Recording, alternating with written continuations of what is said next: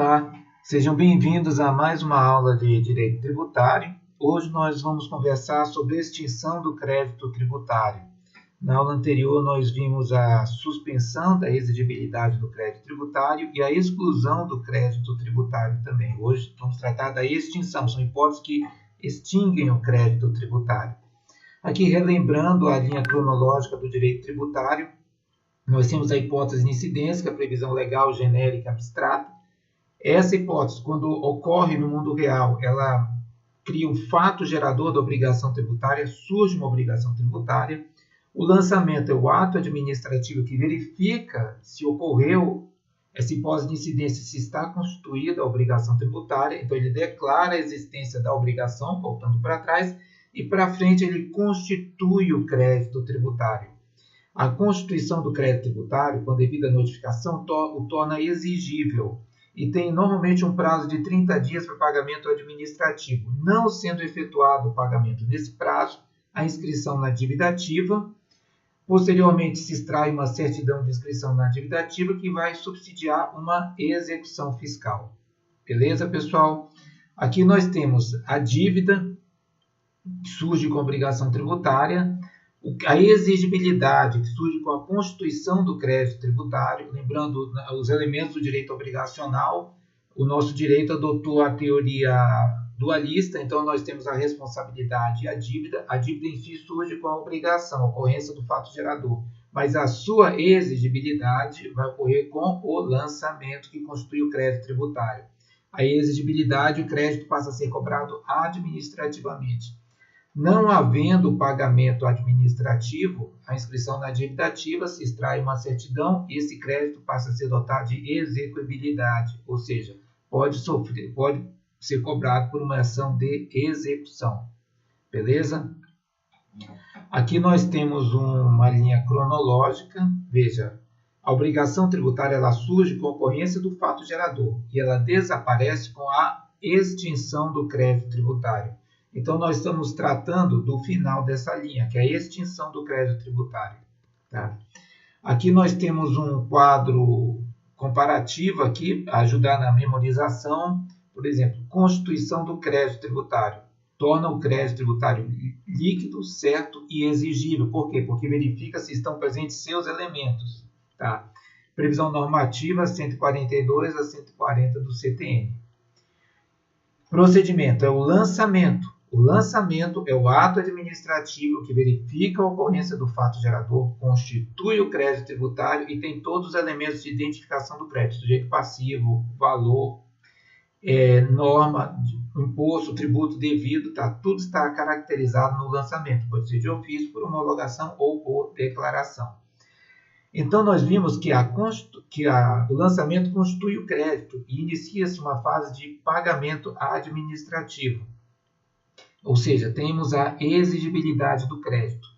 Então, o que nós vimos na aula passada foi a suspensão dessa exigibilidade.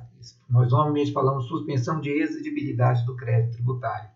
Efeito dela impede o fisco de exigir, de cobrar o crédito tributário, bem como de praticar atos de cobrança. Previsão normativa, artigo 151, incisos 1 a 6. Elementos característicos da suspensão da exigibilidade. Nós temos a moratória, depósito do seu montante integral, reclamações e recursos administrativos, liminar em mandado de segurança, liminar em tutela antecipada e parcelamento. Isso aí é fácil de memorizar, demora a limpar, tá? Ou seja, depósito, de moratória, recurso administrativo, reclamações e recursos administrativos, linha de liminar em antecipação de tutela ou mandado de segurança e par de parcelamento. Tá? Na aula anterior, quem quiser verificar, tem esse quadrozinho para memorizar as hipóteses de suspensão da exigibilidade. Então, você suspende a possibilidade de praticar atos de cobrança, atos administrativos, suspende-se a exigibilidade.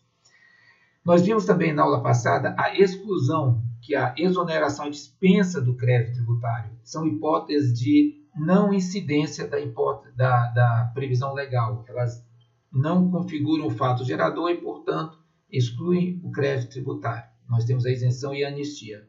Na aula de hoje, nós vamos ver a extinção, que são as hipóteses que põem fim ao crédito tributário. Extingue. São previstas no artigo 156, o inciso 1 a 11. Quando a gente estuda o direito das obrigações, nós verificamos hipóteses extintivas das obrigações. São correlatas com essa, já que o direito tributário é um grande direito obrigacional público. Quais são as hipóteses de extinção da obrigação? A primeira de todas, aqui, é o pagamento. O pagamento é a modalidade direta de extinção do crédito tributário em função da desnecessidade de autorização legal para sua efetivação. Nós temos hipótese de extinção direta e hipótese indireta. As indiretas são que dependem de lei. As diretas são que independem de lei. O pagamento é a forma clássica de extinção das obrigações, inclusive as tributárias, que você paga o valor devido. Tá? Por via de regra, o pagamento deve ser em dinheiro, em pecúnia, mas aceita seu equivalente. Cheque, por exemplo, e o Código Tributário, temos aqui uma hipótese de extinção indireta, que seria a dação e pagamento. É a última dessas hipóteses nós estamos vendo de extinção do crédito tributário. Tá? Tem uma hipótese, quando a gente fala de pagamento, que é muito importante, que é a restituição do pagamento indevido. No entendimento do STJ, o prazo prescricional para repetição de débito não se interrompe ou se suspende em face do pedido formulado na esfera administrativa. Tá? O CTN dispõe que é de 5 anos o prazo para repetição, devolução do valor que foi pago indevidamente, contados da data da extinção do crédito tributário. Tá, pessoal? A Lei Complementar 118 veio esclarecer que é válido o prazo de 5 anos contado o pagamento indevido e não mais de sua homologação tácita para os tributos lançados por homologação, uma interpretação pro fisco e não pro contribuinte. A ação, o procedimento que a gente faz para restituir um pagamento indevido se chama ação de repetição de indébito. Gravem isso, é ação de repetição de indébito e não ação anulatória de débito fiscal. Tá? Havendo denegação do pagamento na esfera administrativa, o contribuinte tem que se valer, pode se valer do Poder Judiciário, invocando através da ação judicial hábil, repito, ação de repetição de indébito, o ressarcimento dos tributos pagos a maior ou indevidamente. Tá, pessoal? Então, nós vamos ver agora a segunda hipótese, a compensação. A compensação tributária está prevista nos artigos 170 e 170A do CTN. É uma forma indireta de extinção do crédito tributário porque ela depende de lei. Ela tem que ter uma lei que autorize a compensação de créditos com débitos do contribuinte com a fazenda pública. A compensação, outra coisa importante, ela não decorre de mera iniciativa do contribuinte. Eu sou credor da fazenda, quero compensar. Ela depende de lei, como já falei, uma forma indireta, que autorize o Poder Executivo a efetuar compensações. Tá? Fica afastada a realização assim, de compensação por liminar em mandado de segurança por meio de antecipação de tutela. Nesse sentido, nós temos duas súmulas do STJ, súmula 212 e 213, para quem quiser se aprofundar sobre o tema. A outra hipótese, nós já vimos o pagamento, a compensação, estamos vendo agora a transação. A transação tributária está prevista no artigo 171 do CTN. Ela representa o acordo com concessões recíprocas entre a fazenda e o contribuinte e encerra o litígio já instalado, com reciprocidade, lógico, de ônus e vantagens. Também é uma forma indireta, ela depende de lei que conceda a autorização ao administrador público para efetuar a transação. A remissão, aqui com 2 S, né? Lembrando que remissão com C cedilhado corresponde a pagamento. Remissão com 2 S é perdão. Tá? Sim, a Fazenda Pública efetua hipótese de perdão. Também é uma situação de extinção indireta do crédito tributário, depende de lei ordinária, para que o administrador público possa efetuar a remissão. Normalmente, a remissão está vinculada a resíduos ínfimos de pagamento de tributo, são centavos, normalmente. Tá? Muito difícil uma hipótese que passe disso. Nós temos também a prescrição e decadência, que nós já tivemos uma aula específica sobre isso. Elas são, por lei, hipóteses de extinção do crédito tributário. E, vale dizer, o crédito será extinto caso o fisco deixe de realizar o lançamento dentro do prazo previsto em lei, decadência, ou deixe de propor execução no prazo legal. Há uma discussão se a decadência, já que ela é anterior à constituição do crédito, se ela seria hipótese de extinção do crédito, porque o crédito nem chegou a existir. Mas o nosso legislador fez essa opção pela classificação, então a decadência figura como hipótese de extinção do crédito tributário. Tá? Nós temos também a conversão do depósito em renda. Que é isso? Nós vimos que suspende a exigibilidade, a cobrança administrativa do crédito tributário, o depósito integral do valor devido. A conversão do depósito em renda é que, após a decisão definitiva em sede administrativa ou judicial favorável à fazenda pública, o depósito integral que foi efetuado para suspender a exigibilidade será convertido em renda a favor do ente público, provocando a extinção do crédito tributário. Tá? Nós temos também outra hipótese, é o pagamento antecipado e a homologação do lançamento. O que significa isso? Os lançamentos que se dão por homologação, o contribuinte paga o tributo com fundamento em apuração que ele mesmo realiza.